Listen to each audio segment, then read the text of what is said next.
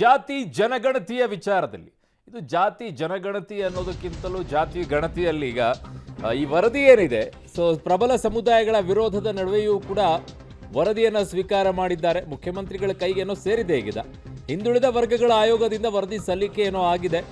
ಸಮೀಕ್ಷೆಗೆ ಒಳಪಟ್ಟ 5,98,00,000 ಮಂದಿ ಸಮೀಕ್ಷೆಯಿಂದ 32 ಲಕ್ಷ ಮಂದಿ ದೂರ ಇದ್ದಾರೆ. ಅಹಿಂದ ವರ್ಗದ ಸಂಖ್ಯೆಯೇ ಜಾಸ್ತಿ ಅಂತಿದ್ದಾರೆ. ಪಬ್ಲಿಕ್ ಟಿವಿಗೆ ವರದಿಯಲ್ಲಿನ ಕೆಲವೊಂದಿಷ್ಟು ಅಂಶಗಳು ಲಭ್ಯವಾಗಿದೆ. ಸೊ 5,98,00,000 ಮಂದಿ ಈ ವರದಿಗೆ ಒಳಪಟ್ಟಿದ್ದಾರೆ, 32 ಲಕ್ಷ ಮಂದಿ ದೂರ ಇದ್ದಾರೆ. ಅಲ್ಲಿಗೆ ಇದು 6,30,00,000 ಅಷ್ಟೇ ಆಗಿರೋದು. ಅದರಲ್ಲಿ 32 ಲಕ್ಷ ಯಾರು ಕೂಡ ಇದಕ್ಕೆ ಒಳಪಟ್ಟಿಲ್ಲ ಅಂತ ಹೇಳ್ತಿದ್ದಾರೆ. ಬಟ್ ಈ 5,98,00,000 ಏನಿದೆ ಅದರಲ್ಲೇ ಬಹುತೇಕರಿಗೆ ಯಾರು ವರದಿನೇ ಗೊತ್ತೇ ಆಗಿಲ್ಲ ನಮಗೆ ಅಂತ ಹೇಳ್ತಿದ್ದಾರೆ. ಸೊ ಜಾತಿ ಗಣತಿಯ ವಿಚಾರದಲ್ಲಿ ಈಗ ಏನಿದೆ ಈ ವರದಿಯಲ್ಲಿರುವಂಥ ಅಂಶಗಳು ಏನು ಅನ್ನುವಂಥದ್ದು ನಿಮಗೆ ಸಣ್ಣ ಪ್ರಮಾಣದಲ್ಲಿ ಒಂಚೂರು ಇದೆ. ಒಟ್ಟು ಸಮೀಕ್ಷೆ 5,98,00,000 ಜನರನ್ನು ಒಳಪಟ್ಟಿದ್ದಾರೆ ಈ ಗಣತಿ ಒಳಗಡೆಗೆ. ಅಹಿಂದ ವರ್ಗ 3,96,00,000 ಇದರಲ್ಲಿ ಇರೋದು. ಅಹಿಂದ ವರ್ಗ ಅಲ್ಪಸಂಖ್ಯಾತ, ಹಿಂದುಳಿದ ಮತ್ತು ದಲಿತ ವರ್ಗದವರು. ಸೊ ಇದರಲ್ಲಿ ಲಿಂಗಾಯತ, ಒಕ್ಕಲಿಗ, ಇತರೆ ಇನ್ನೇನು ಬರ್ತಾರೆ ಅವರು 1,87,00,000 ಇರೋದು. ಸೊ ಇಲ್ಲಿ ಅಬ್ಜೆಕ್ಷನ್ ಇರೋದೇ ಅದನ್ನ. ಸೊ ಹಲವು ರೀತಿಯಲ್ಲಿ ನಮ್ಮಲ್ಲಿ ಗುರುತಿಸ್ಕೊಳ್ಳೋಕೆ ಆಗಿಲ್ಲ ಅಂತೇಳಿ ಕೆಲವರು ಆಕ್ರೋಶ ವ್ಯಕ್ತಪಡಿಸ್ತಿದ್ದಾರೆ. ನಮ್ಮನ್ನು ಕೇಳೇ ಇಲ್ಲ ಅಂತ ಕೆಲವರು. ಪ್ರಬಲ ವರ್ಗಕ್ಕಿಂತ ಅಹಿಂದವೇ ಜಾಸ್ತಿ ಇದೆ ಇಲ್ಲಿ. ಹಾಗಾಗಿ ಒಕ್ಕಲಿಗ ಮತ್ತು ಲಿಂಗಾಯತ ಸಮುದಾಯಗಳು ತೀವ್ರವಾಗಿ ಇದಕ್ಕೆ ಆಕ್ಷೇಪವನ್ನು ವ್ಯಕ್ತಪಡಿಸ್ತಾ ಇದ್ದಾರೆ. ಮೇಲ್ವರ್ಗಕ್ಕಿಂತ ದಲಿತರೇ ಜಾಸ್ತಿ ಅನ್ನುವಂಥದ್ದು ಈ ಸಮೀಕ್ಷೆಯಲ್ಲಿ ಇದೆ, ವರದಿಯಲ್ಲಿ ಇದೆ ಅನ್ನುವಂಥದ್ದನ್ನು ಹೇಳ್ತಾ ಇದ್ದಾರೆ.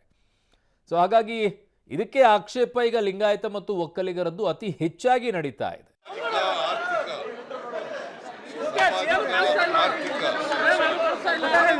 ಸಮೀಕ್ಷೆಯನ್ನ ಹಿಂದೆ ಕಾಂತರಾಜ್ ಅವರಿದ್ದಾಗ ಮಾಡಿದ್ರು. ಮತ್ತೆ ಇವರು ಅವ್ರ ಕಾಲದಲ್ಲಿ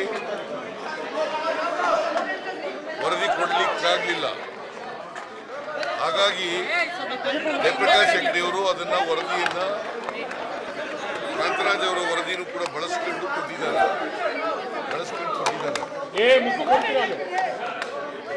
ಆ ವರದಿಯನ್ನ ಸರ್ಕಾರ ವರದಿನಲ್ಲಿ ಏನಿದೆ ಸರ್ಕಾರ ವರದಿಯನ್ನು ಸ್ವೀಕಾರ ಮಾಡಿದೆ.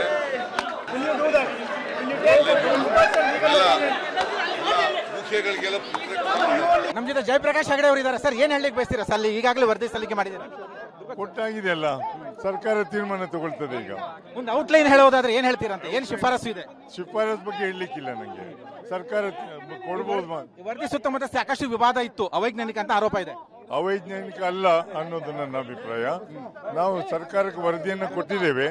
ಸರ್ಕಾರ ತೀರ್ಮಾನ ಅದನ್ನ ಕ್ಯಾಬಿನೆಟ್ ನಲ್ಲಿ ಇಟ್ಟು ಡಿಸ್ಕಸ್ ಮಾಡಿ ತೀರ್ಮಾನ ತಗೊಳ್ತಾರೆ. ಕೆಲವು ಅಂಶಗಳು ಲೀಕ್ ಆಗಿದ್ವು ಸರ್. ಇಲ್ಲ, ಅದ್ರ ಬಗ್ಗೆ ನನಗೆ ಮಾಹಿತಿ ಇಲ್ಲ. ನಾವು ತಗೊಂಡ್ಮೇಲೆ ಯಾವ ಅಂಶವೂ ಲೀಕ್ ಆಗಿಲ್ಲ. ಇದು ಅಂತಿಮ ವರದಿ ಪರಿಪೂರ್ಣವಾಗಿದೆಯಾ? ಪರಿಪೂರ್ಣ ಆಗಿದೆ. ನಿಮ್ಮ ಮುಂದಿನ ನಡೆ ರಾಜಕೀಯನ ಅಂತ ಕಮೆಂಟ್ಸ್.